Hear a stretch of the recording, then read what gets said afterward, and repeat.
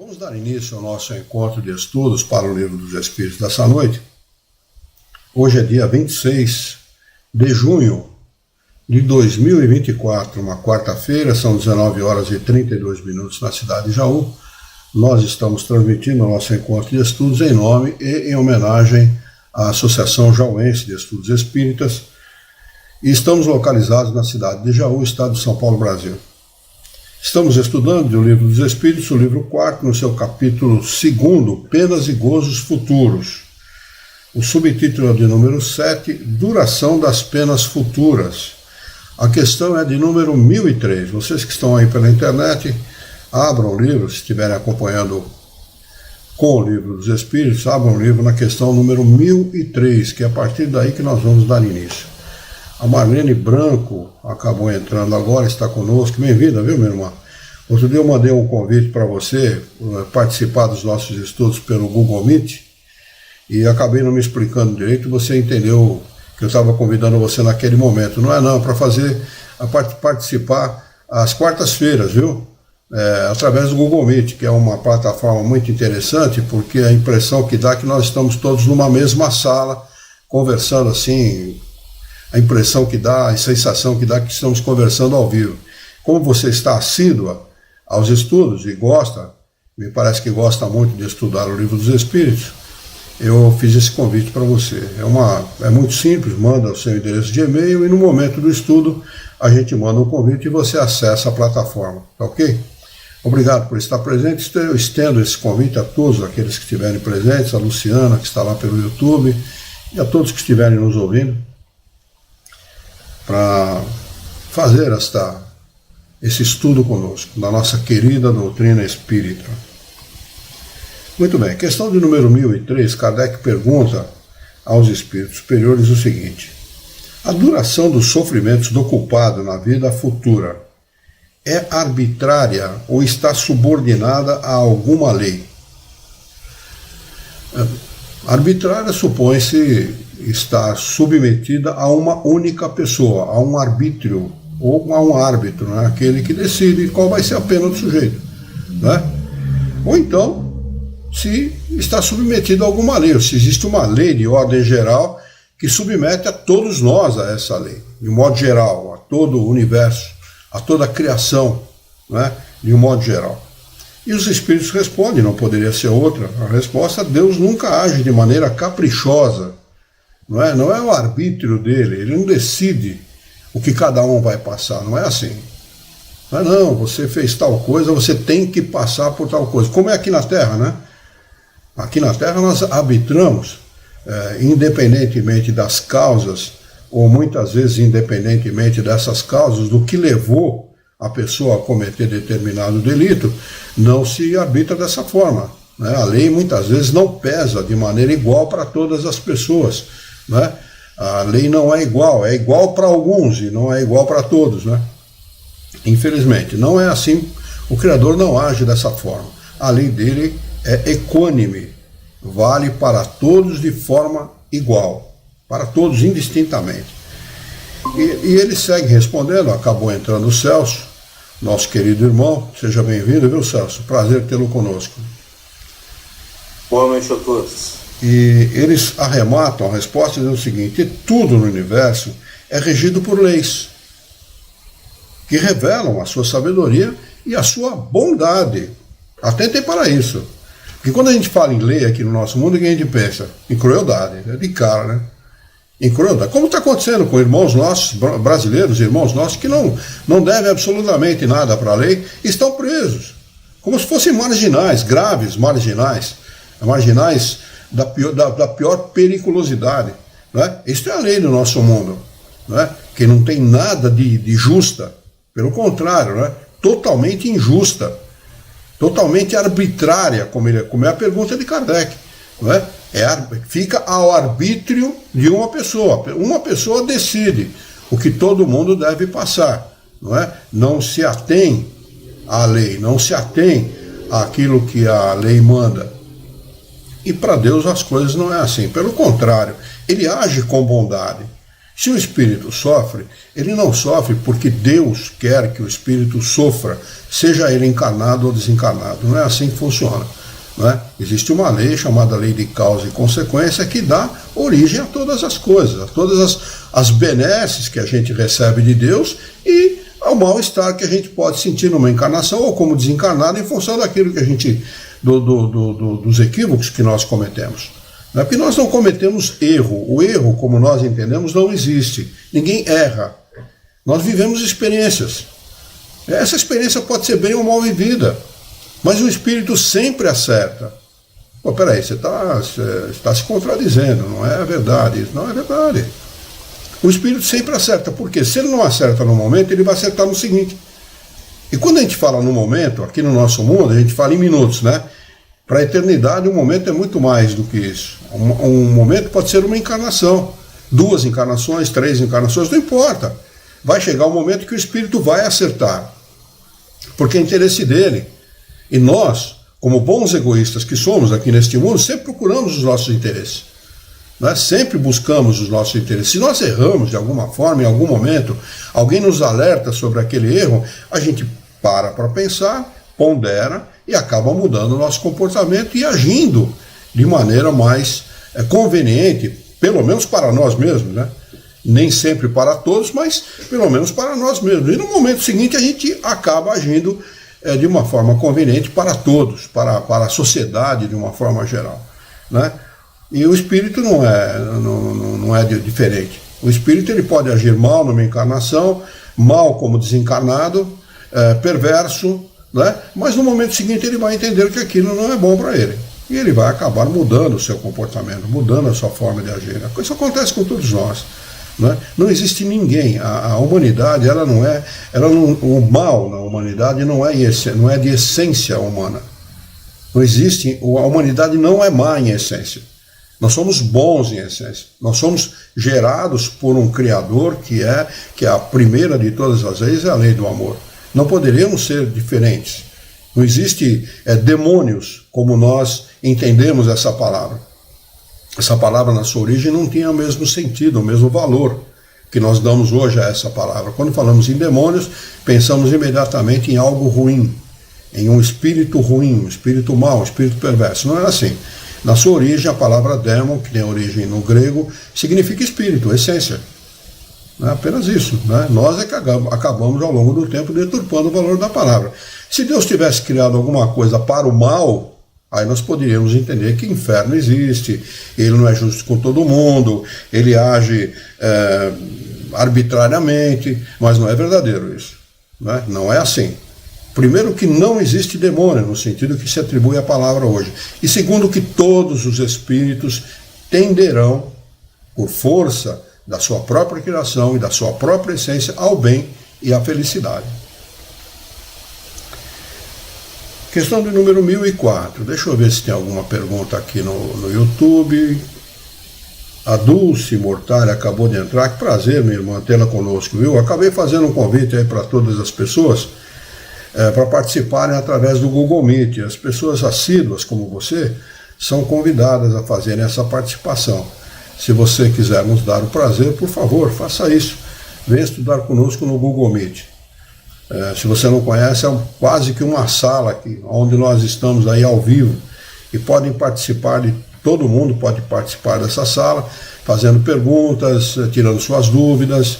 É muito conveniente, diferente do YouTube, do Facebook, do Instagram e de outras plataformas, onde tem que ser pelo chat. E pelo chat fica chato. Né? Eu prefiro desculpa o trocadilho, né? Eu prefiro assim mais olho no olho, uma conversa mais direta, sempre mais positivo, né? Mais humano, apesar que essas plataformas desumanizam, né? Acabam tirando esse prazer da gente de ter o contato humano, mas de qualquer forma é o que temos e é o que nós nos utilizamos. Se vocês puderem comparecer por aqui, será um grande e imenso prazer tê-los conosco.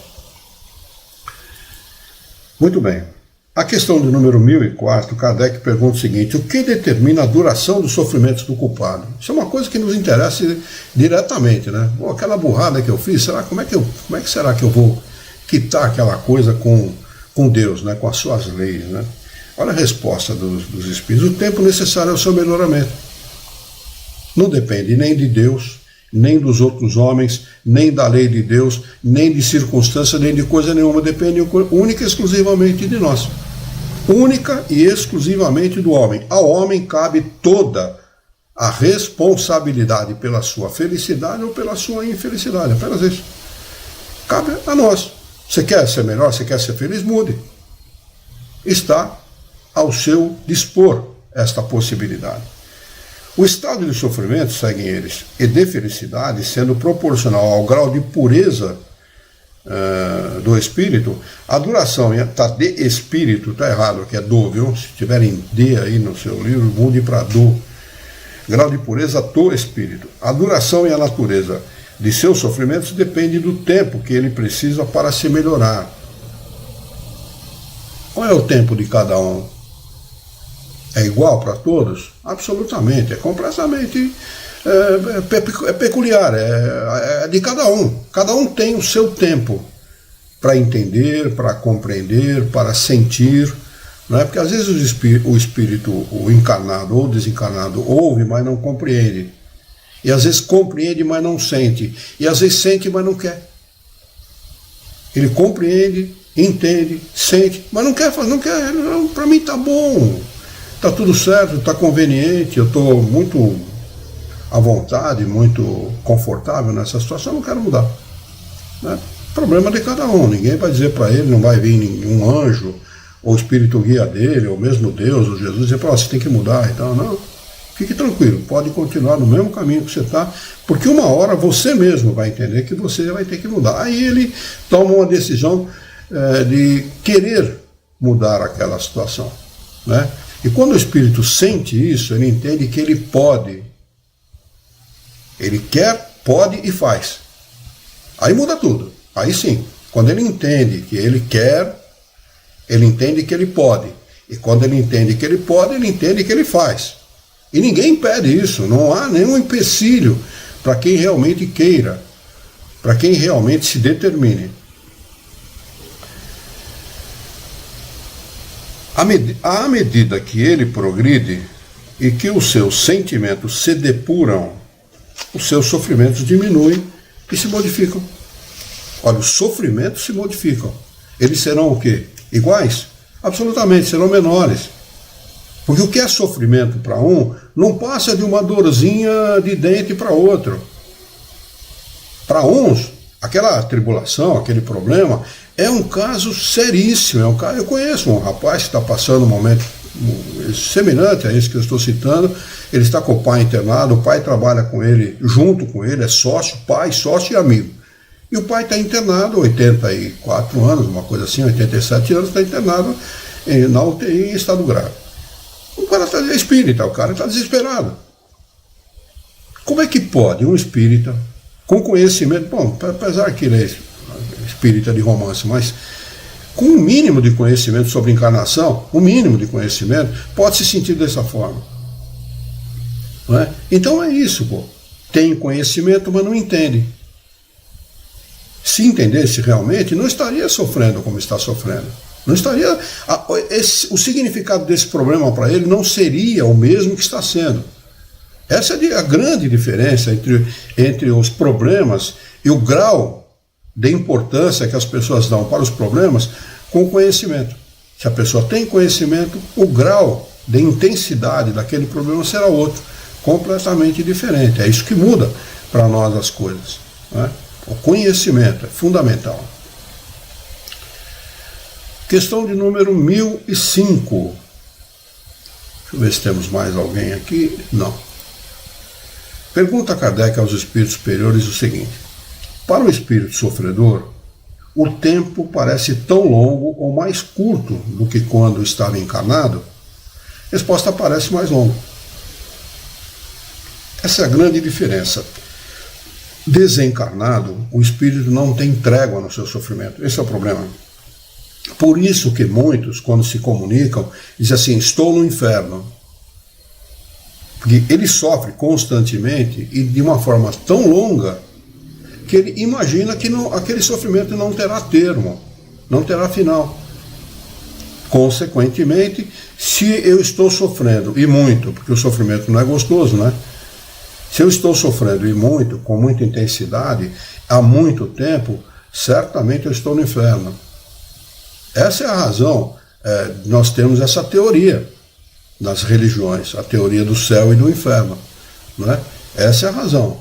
O espírito não vê termo, não vê final para aquilo que ele está passando. Por isso que o tempo para o desencarnado é mais longo. O sofrimento parece muito mais longo. O sono não existe para ele. O sono não existe para ele. Entre aspas, porque é possível, quando é necessário, magnetizar-se o perispírito e levar o espírito a um estado similar ao sono. Isso está na Revista Espírita, não vou lembrar o ano agora, também vocês me perdoem, eu já li isso, porque para mim também, como eu tinha estudado o Livro dos Espíritos, e eles fazem essa afirmação de forma peremptória, eu imaginava que isso era radical. Não é. Não é. Há casos em que os espíritos tenham necessidade, ele pode ser magnetizado, porque o perispírito é matéria, embora fluídica, não é? Uma matéria quintessenciada, ela é matéria, e ela pode ser induzida, porque está ligado ao espírito, não é um corpo como o nosso, é um corpo fluídico, que faz a intermediação entre corpo físico e espírito. Essa intermediação é feita pelo perispírito. Como ele é matéria, ele pode ser induzido magneticamente ao sono, quando é necessário. Porque uma vez um espírito me respondeu, eu perguntei a respeito de um parente que tinha cometido muitos equívocos aqui na Terra, equívocos graves, como essa pessoa estava, se está dormindo. Quando depois estudei o Livro dos Espíritos, falei, pô, me respondeu errado, né? Alguma coisa está errada aí, entendeu? E não é bem assim. Há casos em que é necessário, não só um espírito, né, que no meu conhecimento, 2, que foram induzidos ao sono por muito tempo, por anos a fio, né?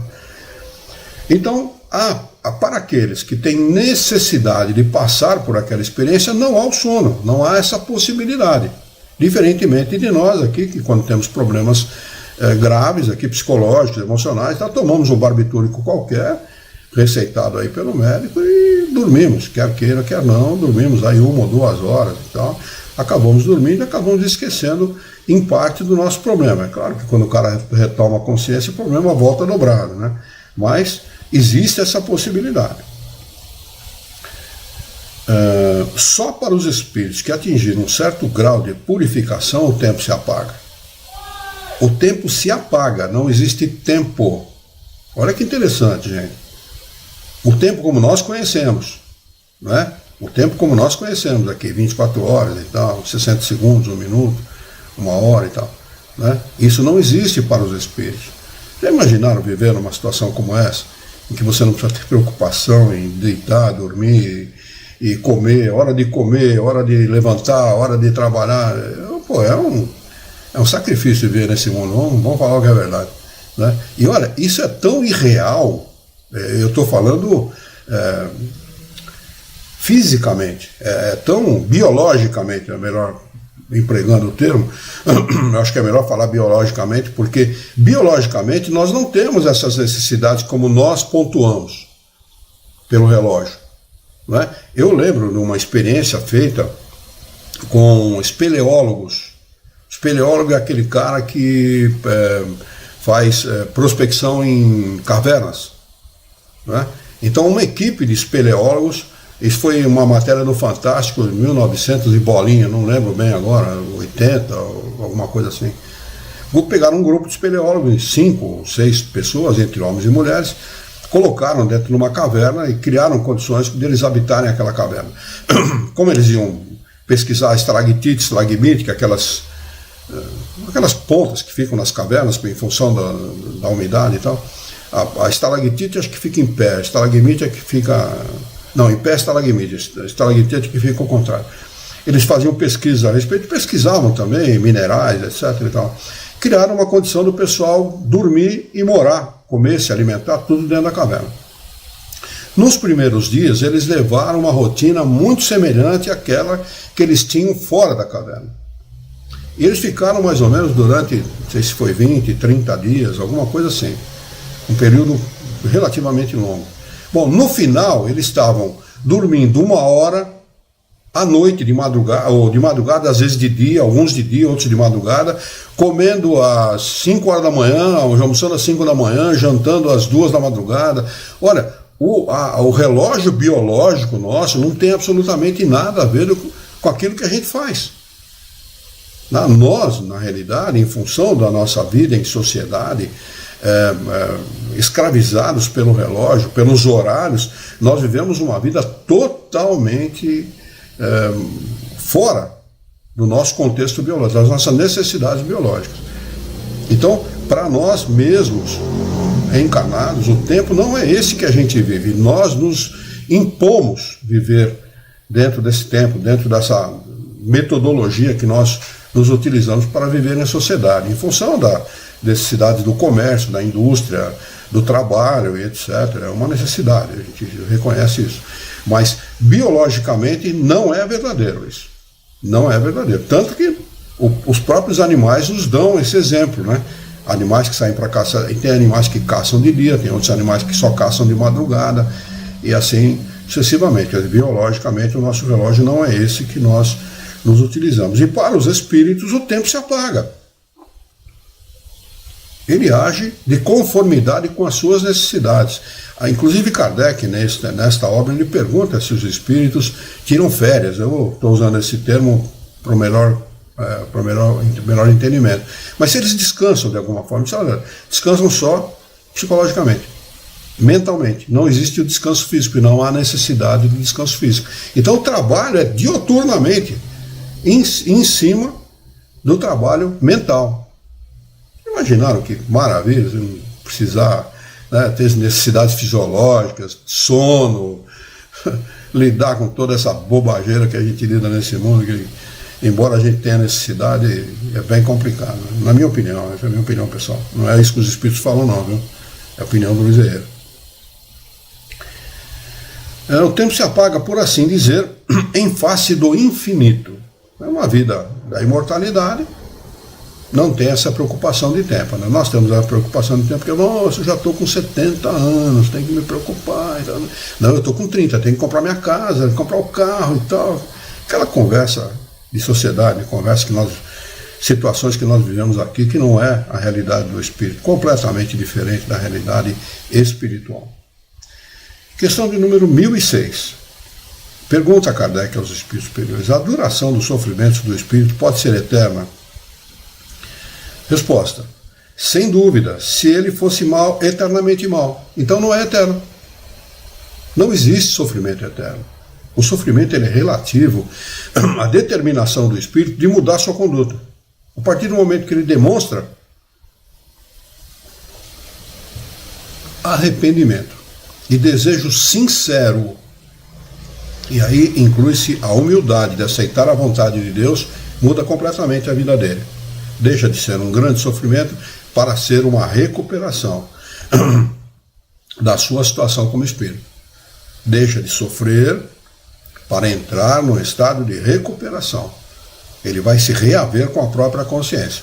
Então não existe sofrimento eterno.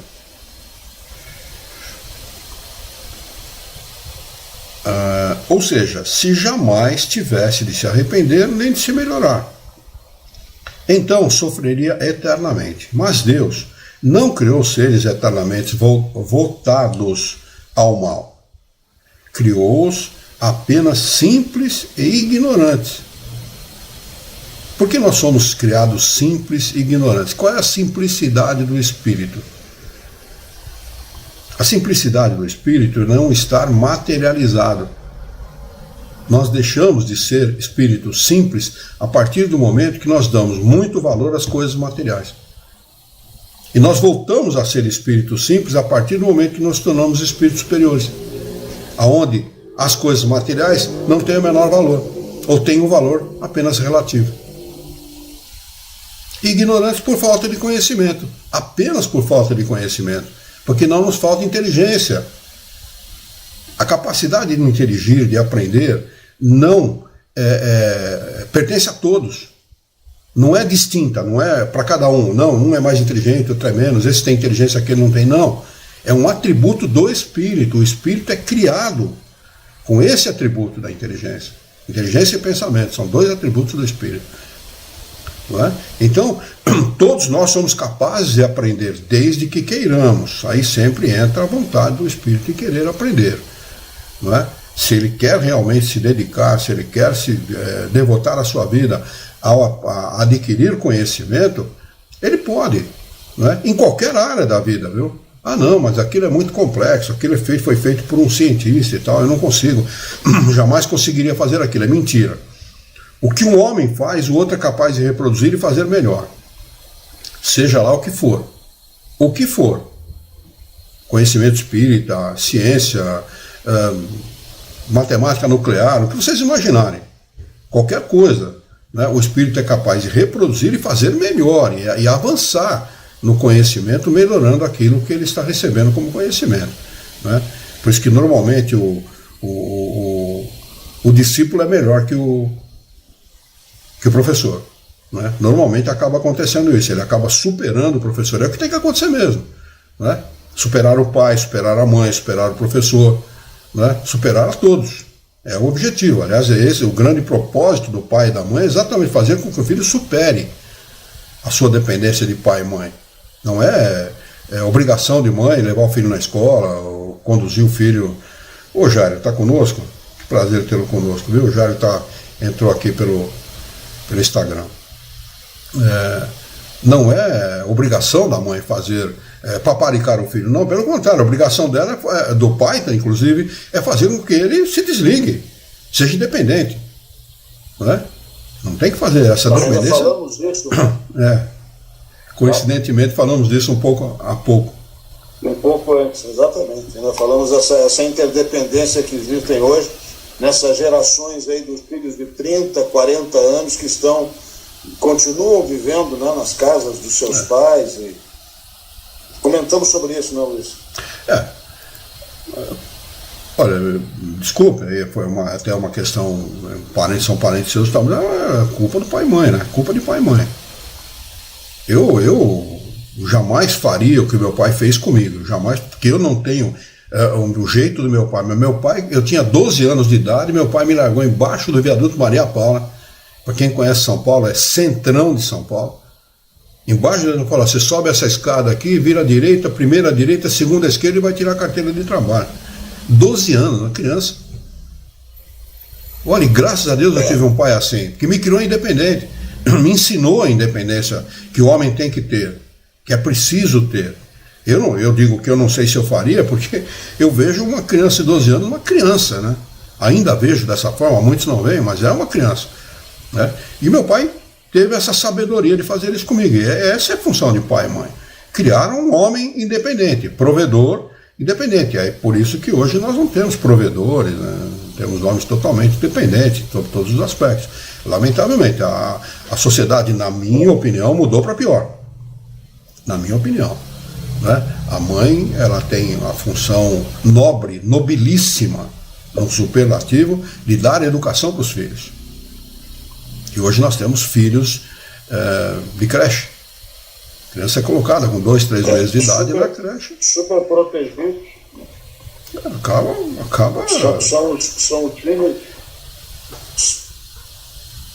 São os filhos super protegidos, né? São os pais super protetores que existem aí.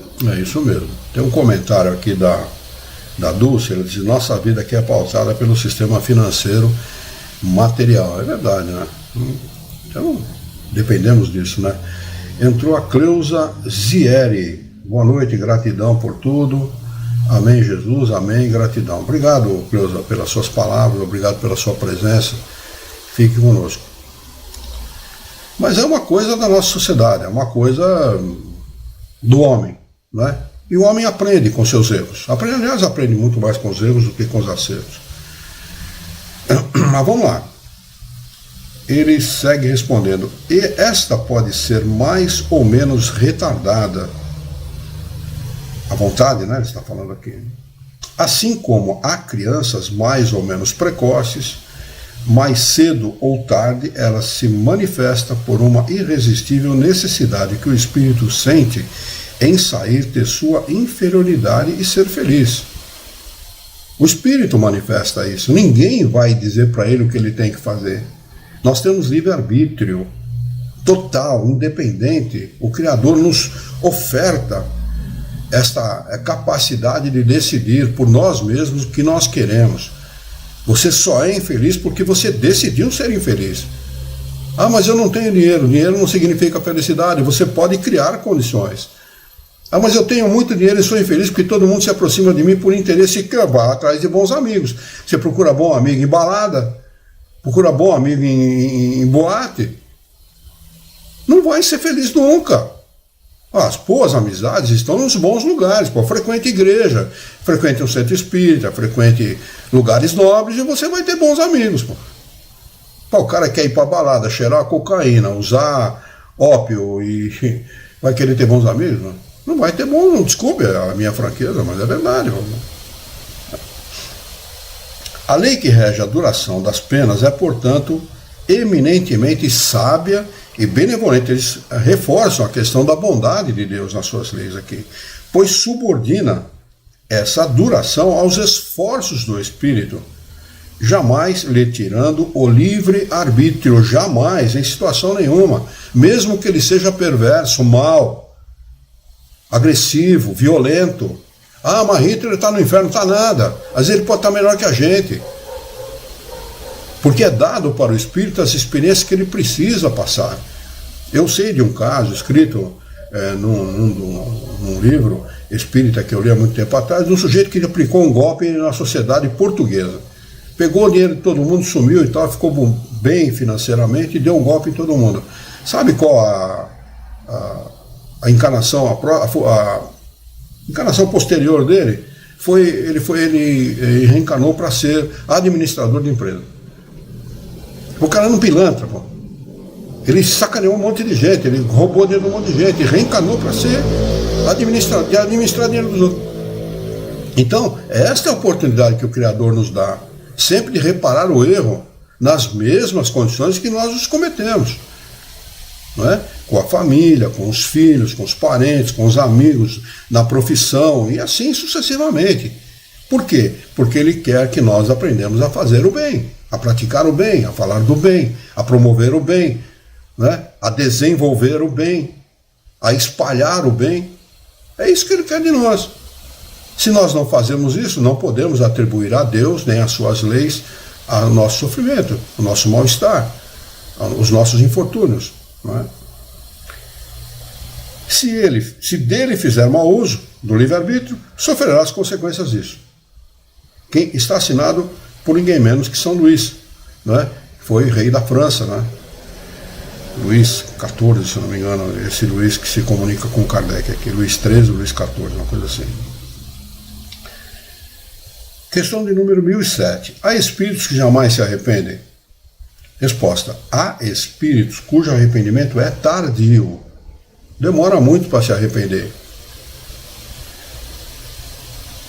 Mas pretender que jamais se melhorem seria negar a lei do progresso. Lei do progresso. É uma lei natural, instituída pelo Criador para reger a vida de todos os espíritos pelo universo. Todos estão submetidos à lei do progresso. Eu não chamo de evolução, porque Kardec não chama de evolução. Aliás, na minha opinião, evolução está muito mais dirigida à questão material, à questão física, e não ao espírito. O espírito progride, a matéria evolui, se vocês me entendem o que eu quero dizer. E dizer que a criança não pode tornar-se adulto. Da mesma forma que uma criança se torna adulta, o espírito progride. Não tem como não ser assim. Não tem como ser diferente. O espírito está sujeito a essa lei, submetido a ela. E não há, a lei não, ela é inexorável, ela não vai te pedir licença. Ah, eu não quero encarnar, mas dá licença de não encarnar. Não é assim. Você vai ter que reencarnar, filho, é assim. Você vai ter que aprender em estado de erraticidade, livre, sem corpo físico, nem no inferno, nem no céu, né? Segundo as suas próprias situações íntimas, vai ter que aprender e colocar em prática aqui na vida. É assim que a coisa funciona. Lei do progresso. Nós colocamos em prática aqui. Independente e malgrado a nossa vontade, o nosso desejo que isso aconteça ou não. É assim que as coisas se sucedem. Questão de número 1008. A duração das penas depende sempre da vontade do Espírito, não existindo as que lhe são impostas por um tempo determinado? Resposta: sim. Há penas que lhe podem ser impostas por determinado tempo, mas Deus, que deseja senão o bem de suas criaturas, aceita sempre o arrependimento, e o desejo de se melhorar nunca é estéril. Nunca é infrutífero. Toda vez que nós demonstramos desejo de melhorar, seja em que aspecto for, se nós pedirmos fervorosamente, sinceramente e humildemente em preces a Deus por nós ou por uma outra pessoa, Deus não deixa de atender ao nosso pedido. Palavras dos Espíritos Superiores. Nunca o Criador vai deixar de responder a um pedido nosso dessa forma, desde que seja humilde, desde que nós reconheçamos a grandeza de Deus. Esse é o maior problema do homem na nossa situação. Quando eu falei do homem simples, não materializado, não materialista, eu falei nesse sentido. Porque o homem, quando se materializa, quando ele tem algum recurso financeiro, posses financeiras, o que ele pensa? Eu não preciso de ninguém, muito menos de Deus. Eu sou autossuficiente. Aí que reside o grande engano da pessoa. Porque os bens materiais podem lhe ser tirados, assim como a vida de um momento para o outro. Nós não somos proprietários de nada neste mundo. Ah, não, eu sou dono do meu corpo. Não é, amigo. Você convive com bilhões de vermes e coisas dentro do seu corpo. E você dá vida para esses vermes. Sabe o que acontece? Você apenas os mantém em equilíbrio. Essa é a diferença. A gente morre e apodrece logo em seguida. Por quê? Porque os vermes começam a se alimentar. Não tem mais alimento que a gente coloca para dentro, eles começam a se alimentar da nossa matéria, do nosso corpo. O espírito fede no momento seguinte.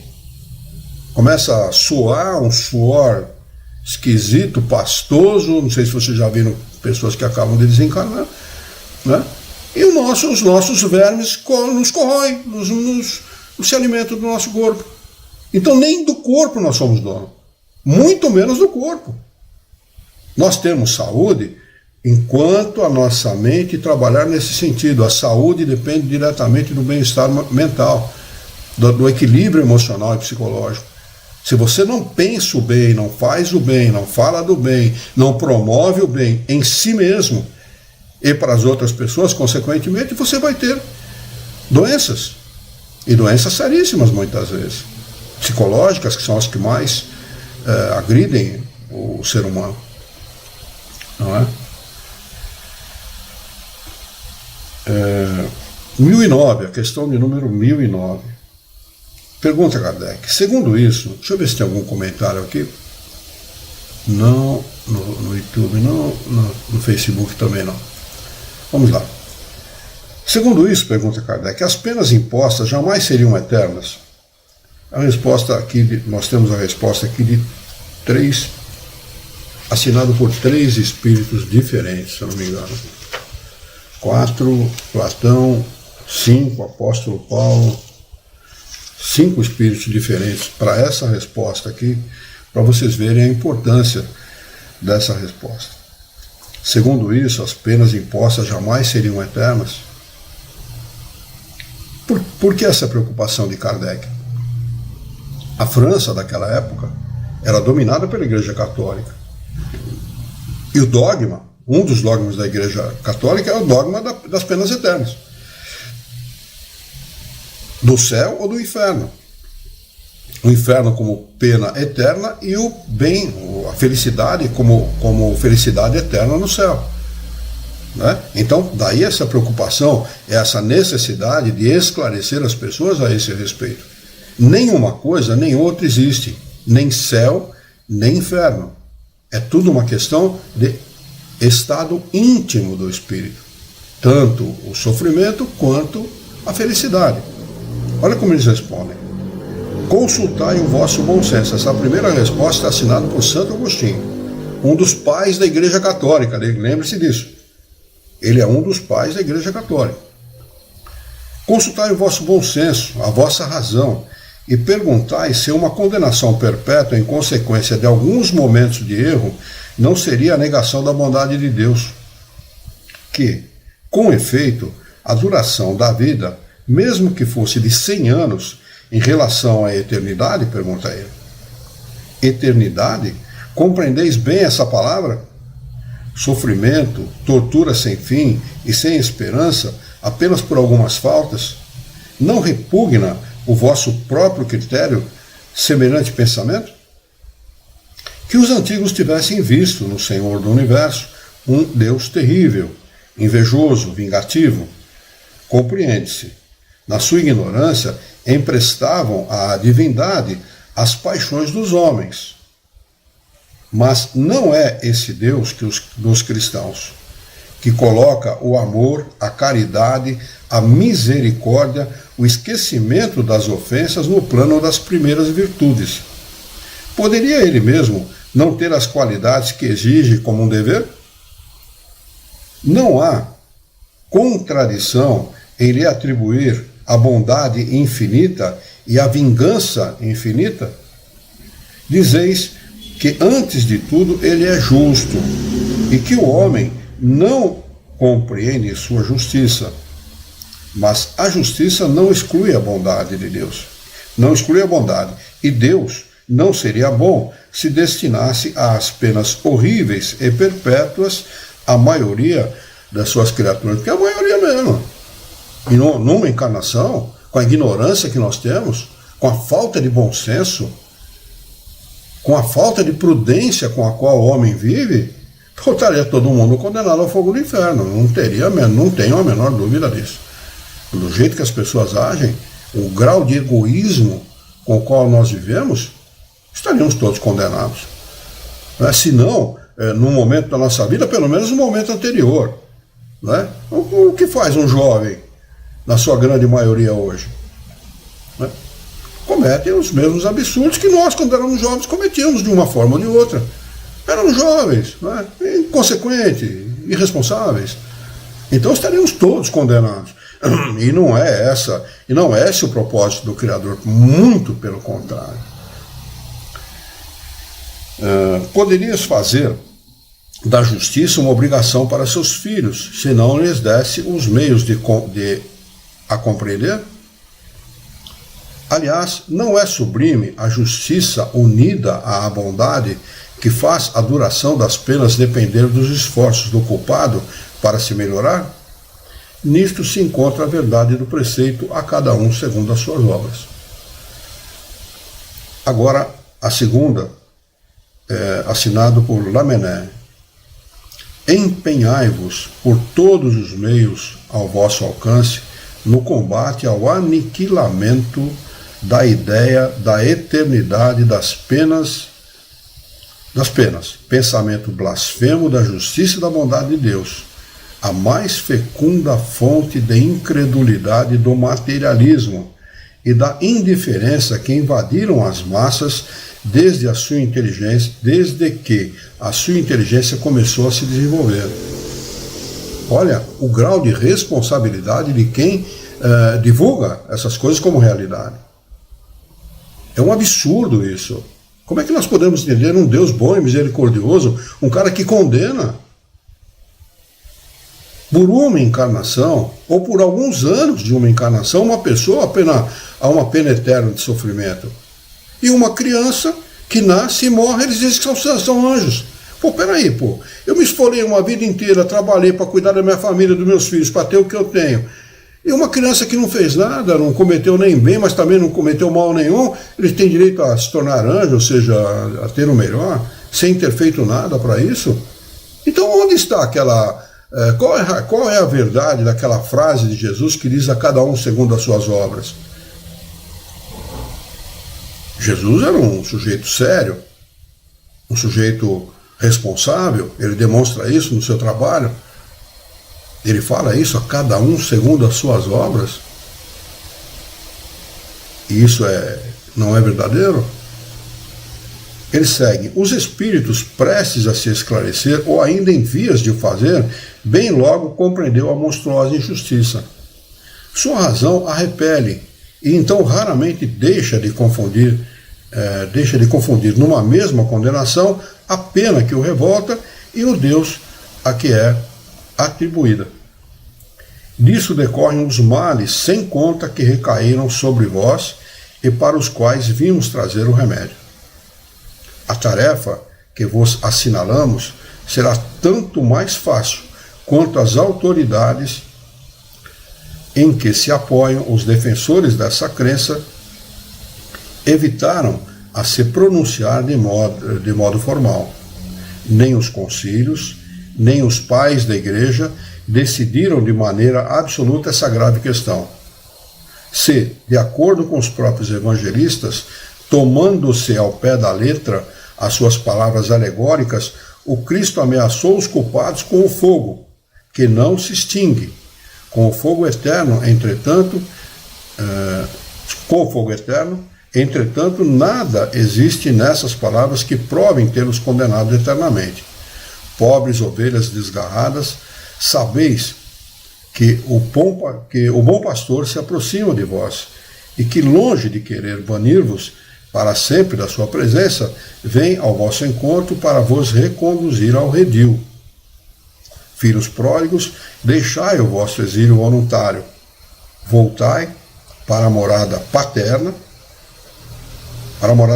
O Pai vos abre os braços e está sempre pronto a festejar o vosso retorno à família. O fato é o seguinte, o fruto dessa crença é a ignorância do homem em relação às leis de Deus, as leis que regem o universo. Esse é o problema, o grande problema da humanidade, né? Desconhecer as leis de Deus. Primeiro que o homem não acreditava nesse tempo, o homem não acreditava na imortalidade. Aliás, o mundo se debate até hoje para crer na imortalidade da alma. A maioria não crê nisso. Eu entrevistei um espírito uma vez num trabalho de doutrinação no Centro Espírita, e ele começou a conversar comigo, eu perguntei: onde é que você está? Ele falou: estou deitado no meu caixão. Lá na minha cova, estou deitado no meu caixão. Eu falei: mas por quê? Estou esperando a trombeta tocar para a salvação eterna. Então olha a responsabilidade de pastores e padres que pegam esse tipo de teoria e de dogma. O sujeito deitado no caixão, o espírito não saiu do caixão, porque ele foi ensinado que nos últimos dias a trombeta tocaria e os bons ficariam à direita de Deus e os maus à esquerda, uns estariam salvos, outros estariam condenados eternamente. Olha o absurdo. A minha avó era uma evangélica fervorosa, acreditava piamente naquilo que ela recebia como informação, e ela precisou ser atendida no centro espírita que eu frequentava, inclusive, porque ela estava perdida. O que a senhora está aguardando? Jesus veio me buscar. Ela estava aguardando Jesus vir buscar, porque ela foi ensinada dessa forma e ela acreditava piamente nisso. Quer dizer, ao invés de esclarecerem as pessoas, fazem com que as pessoas se tornem cada vez mais ignorantes e presas, vítimas, aprisionadas por essas inverdades. Alexandre levantou a mão. Alexandre, pode falar, por favor. Você acabou de concluir o que eu estava pensando aqui, exatamente isso. A inconsequência, né? Como são inconsequentes esses líderes religiosos aí, que doutrinam de tal forma as pessoas a terem esse tipo de pensamento, que isso está empovoado, é o que a grande maioria das pessoas pensam, né?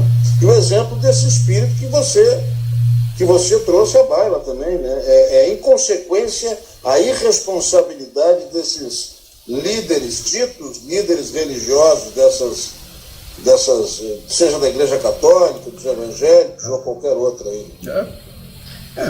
Porque na realidade eles fazem, eles usam da pedagogia do medo.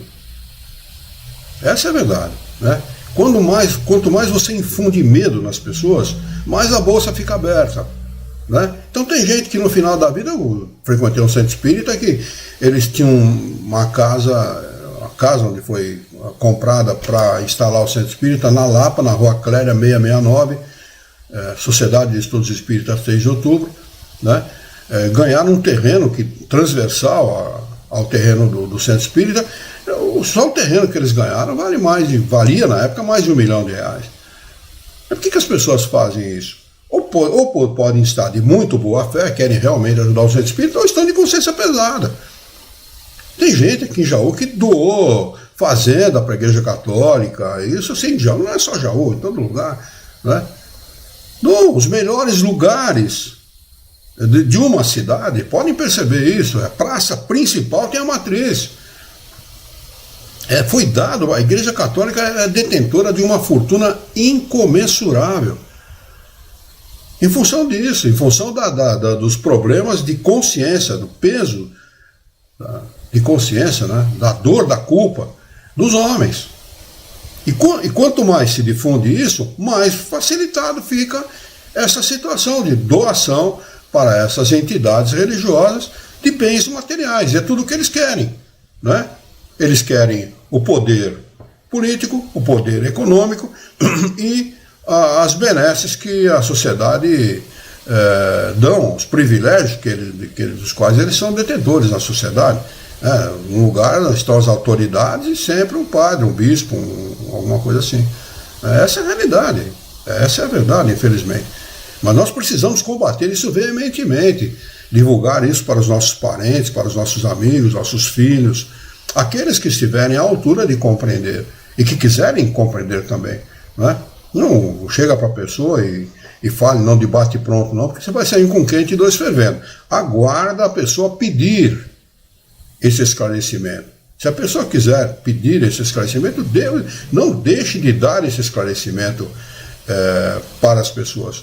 É fundamental para mudar, né, a maneira pela qual as pessoas veem o Criador, que é um Deus justo, bom, misericordioso, sob todos os aspectos.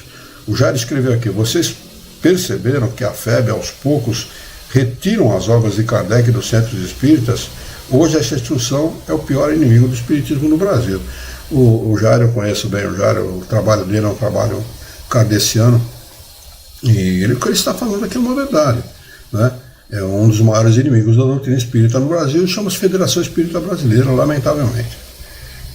Mas vamos à seguinte, a explicação seguinte a respeito da pergunta de Kardec é dada por Platão, precursor da doutrina dos espíritos, seguidor de, como é que chamava o filósofo? Sócrates, né? Discípulo de Sócrates, né? Platão. Ele diz assim: guerra de palavras. Guerra de palavras, ele fala outra vez. Não tem desfeito verdade bastante sangue? Será ainda necessário reacender as fogueiras? Discute-se as expressões eternidade das penas, eternidade dos castigos. Não sabeis então que aquilo que hoje entendeis por eternidade, os antigos não o entendiam da mesma maneira? Que o teólogo consulte as fontes, e como todos vós, descobrirá que o texto hebreu não dava à palavra o mesmo sentido que os gregos. Os latinos e os modernos traduziram por penas sem fim, irremissíveis. Aqui tem uma nota do tradutor, que o professor José Herculano Pires, que diz o seguinte: teólogos católicos e protestantes confirmam hoje essa previsão. Leia-se Giovanni Papini em O Diabo, ou Araudur Nilsson em O Espiritismo e a Igreja. Ele segue: a eternidade dos castigos corresponde à eternidade do mal. Sim, enquanto existir o mal entre os homens, subsistirão os castigos. É em sentido relativo que se devem interpretar os textos sagrados. A eternidade das penas é, portanto, relativa e não absoluta. Dia virá em que todos os homens se revestirão pelo arrependimento da roupagem da inocência, e nesse dia não haverá mais gemidos ou ranger de dentes. Vossa razão é limitada, isso é verdade, mas tal qual é, representa a presença de Deus e, com a ajuda da razão, não haverá um só homem de boa fé que compreenda de outra maneira a eternidade dos castigos. A eternidade dos castigos, teríamos então que admitir que o mal fosse eterno. Mas só Deus é eterno, e não poderia ter criado o mal eterno, pois se assim não fosse, teríamos de destituí-lo do mais belo dos seus atributos, o soberano poder, porque deixa de ser soberanamente poderoso o que pode criar um elemento destruidor de suas próprias obras. Humanidade, não mergulhes mais o teu sombrio olhar nas profundezas da terra, buscando os castigos. Chora, espera, espia e refugia-te no pensamento de um Deus intimamente bom, absolutamente poderoso e essencialmente justo. Olha, nós acho que não vamos conseguir ler todas essas respostas aqui, tá bem? Mas vamos ler aqui a seguinte, Paulo o Apóstolo. Depois vai ficar somente a explicação de Kardec para o nosso próximo encontro, que é bastante longa também. Mas vamos lá. Gravitar para a unidade divina, esse é o objetivo da humanidade. Para atingi-lo, 3 coisas lhe são necessárias: a justiça, o amor e a ciência, como conhecimento, né, que ele está dizendo aqui. 3 coisas lhe são opostas e contrárias: a ignorância, a falta do conhecimento, o ódio e a injustiça. Tem o rodapé de número 2, que diz o seguinte: este trecho da comunicação de Paulo lembra as tríades druídicas sobre as quais há interessante estudo de Kardec na Revista Espírita, publicada em separata no folheto Espiritismo, Antiguidade, Evolução e Propagação, do Clube dos Jornalistas Espíritas de São Paulo. Vê-se ainda o livro de Leon Denis, O Gênio Céltico e O Mundo Invisível. Esse está escrito em francês aqui, mas a tradução é essa. Eu sei que eu conheço de cor o título.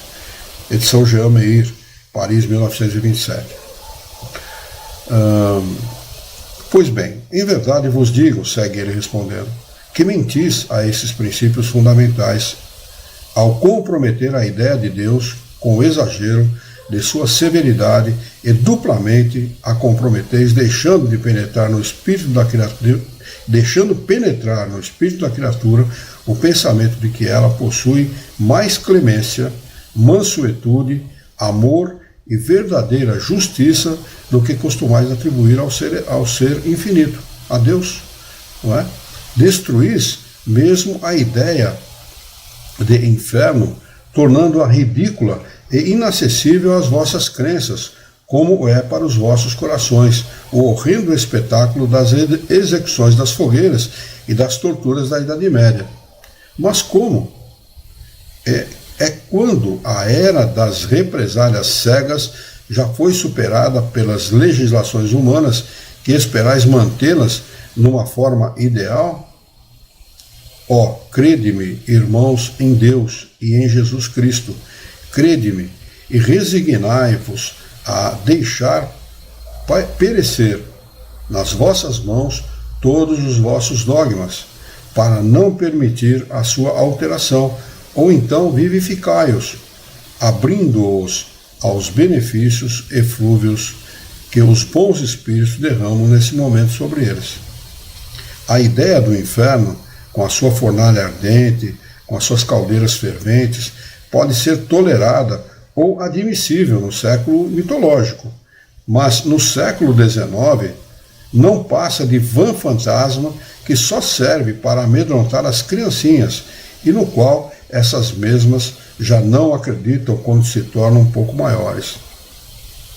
Persistindo nessa mitologia apavorante, engendrais a incredulidade, origem de toda a desorganização social. Olha o que é a incredulidade, a confiança em Deus, na sua verdade, na sua justiça, na sua bondade. todo esse caos social que nós vivemos no mundo, especialmente no mundo de hoje que nós estamos participando, né? Para nós é mais visível isso, né? Acaba sendo gerado por isso, por esse problema da incredulidade. Se o homem confiasse na imortalidade da alma, ele não agiria como age. Bastava confiar nisso, não é? Eis porque tremo ao ver toda uma ordem social abalada e a ruir sobre as próprias bases por falta de sanção penal.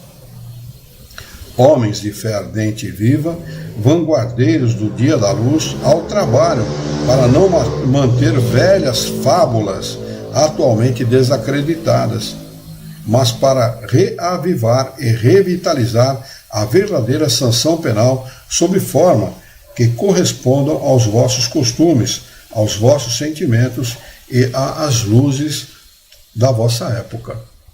Quem é, com efeito, culpado? Aquele que, por extravio, por um falso impulso da alma, se distancia do objetivo da criação, que consiste no culto harmonioso do belo e do bem, idealizado pelo arquétipo humano, pelo homem-deus, por Jesus Cristo. Olha de que forma Paulo coloca Jesus, em que situação. É um espírito puro mesmo, foi um espírito puro que aportou à terra, né, para trazer essa justiça, para mostrar a bondade de Deus, o quanto Deus é amoroso para com o homem. Esqueçam a ideia que vocês têm ouvido até hoje, olho por olho, dente por dente. Amai-vos uns aos outros. Olha a mudança de postura entre o que ensinou Jesus e o que ensinou Moisés. Não é?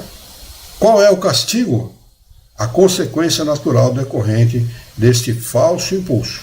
Uma quantidade de dores necessárias para fazê-lo aborrecer-se da sua deformação, pela prova do sofrimento. O castigo é o aguilhão que excita a alma pela amargura a voltar-se a si mesma, a retornar ao caminho da salvação. O objetivo do castigo não é outro senão a reabilitação, a redenção. Querer que o castigo seja eterno, por uma falta que não é eterna, é negar-lhe toda a razão de ser. Em verdade vos digo, cessai de pôr em paralelo na eternidade o bem, a essência do Criador, com o mal, essência da criatura. O mal é a essência da criatura porque eu falei que o homem foi criado pela lei do amor, por amor, que o homem não é mal em essência. O mal é gerado pela falta de conhecimento, apenas isso. O mal não existe, porque a partir do momento que o espírito se esclarece, ele deixa de agir mal. Então o mal, em essência, não existe. O mal é a ausência do bem, a ausência de conhecimento, apenas isso, não é? O objetivo do castigo não é outro senão a reabilitação, a redenção. Querer que o castigo seja eterno por uma falta que não é eterna é negar-lhe toda a razão de ser. Em verdade vos digo, cessai de pôr em paralelo na eternidade o bem e a essência do Criador com o mal, essência da criatura. Isto seria criar uma penalidade injustificável. Afirmai, ao contrário, o abrandamento gradual dos castigos e das penas pelas transmigrações, e consagrareis pela razão ligada ao sentimento a unidade divina. Por que as transmigrações são a essência da mudança do espírito? O espírito desencarna, reencarna, desencarna, reencarna. É isso que ele chama de transmigração. Ele pode reencarnar em outros planetas, voltar a encarnar nesse, e assim sucessivamente. Os espíritos fazem essa transmigração. É a transmigração que faz com que o espírito progrida, se esclareça, mude a sua maneira de pensar por esse esclarecimento, através do esclarecimento. Por isso que é fundamental levar esse esclarecimento a todos aqueles que possam ouvi-lo, que possam meditar. Por isso que o Espiritismo não é uma imposição, uma religião. Ela é uma proposição, uma proposta aos homens que reflitam, examinem, não acreditem não. Examinem aquilo que vocês estão ouvindo, examinem aquilo que vocês estão recebendo como informação, e vocês vão ver que a própria inteligência vai indicar para vocês uma coisa, é verdade. É assim que o Espiritismo adentra o coração das pessoas, porque ela adentra por uma coisa chamada lógica. bom senso, racionalidade, que não há como negar. A pessoa pode negar qualquer coisa que venha de fora, mas não aquilo que vem dentro dela mesma. Aquilo que vem de dentro dela, que mostra para ela que aquilo é real, que aquilo é verdadeiro, não há como negar. Não é? Nós vamos deixar aqui as considerações de Kardec para o nosso próximo encontro, que nós já estamos adiantado no nosso horário, que são 20 horas e 36 minutos. O Jair escreveu: o apóstolo Paulo faz a minha alma tremer no seu âmago, naquele encontro com o Cristo às portas de Damasco, porque Jesus também me chamou à labuta do seu evangelho nessa doutrina santa. Que bom, Jair, fico contente por você. Vamos ver se tem mais alguma coisa escrita pelas pessoas. A Dulce escreveu: nossa vida aqui é pautada, já lemos. Quando alguém falar em pena de morte, lembremos-nos da excelsa justiça divina, repleta de recomeços. E ela escreve também: proteger nosso planeta é literalmente proteger nosso futuro. Entrou o Jorge Down: estamos juntos, Araçoiaba, Ceará. Oh, que bom, temos um cearense presente aqui nos nossos estudos. Obrigado pela sua presença, viu, Jorge? Muito bem, ficamos aqui, anotamos então aqui as explicações de Kardec, a questão de número 1009, para nós retomarmos na próxima quarta-feira, está bem? E contaremos com a presença de todos vocês na próxima quarta-feira. Vamos fazer as nossas preces? Muito bem, vamos então elevar o nosso pensamento. Convido a todos a esquecerem os seus encontros e desencontros desse dia, para voltarmos o nosso pensamento a Deus, mentalizando a figura excelsa e amiga de Jesus, nosso mestre, modelo e guia da humanidade. E juntos com Jesus, voltarmos o nosso pensamento a Deus, pedindo a Ele: Senhor, Criador nosso, fonte fecunda e infinita de paz, de amor, de bondade, de misericórdia e, sobretudo, de justiça. Nós, humildemente, Senhor, vos pedimos bom ânimo, coragem, determinação, ideias renovadas, alegria de viver e muito entusiasmo. Que as suas bênçãos se estendam sobre todos aqueles que sofrem, aflitos, desesperados, fracos, oprimidos, desesperançados e revoltados, pelos nossos irmãos enfermos e por todos aqueles que estão jogados pelas ruas, por aqueles que se envolvem com a marginalidade, com a corrupção, com tudo aquilo que traz sofrimento e desgosto para as pessoas que vivem neste mundo. Mas dá-nos força, Senhor, para que nós possamos trabalhar e sermos úteis à sociedade em que vivemos. E também ajuda-nos, Senhor, a orientar a própria existência por um profundo e sincero respeito pelo nosso próximo. Em teu nome, Senhor, em nome de Jesus, em nome dos bons espíritos, em nome do nosso diretor espiritual e sua equipe, nós declaramos encerrado o nosso encontro de estudos dessa noite. E que assim seja.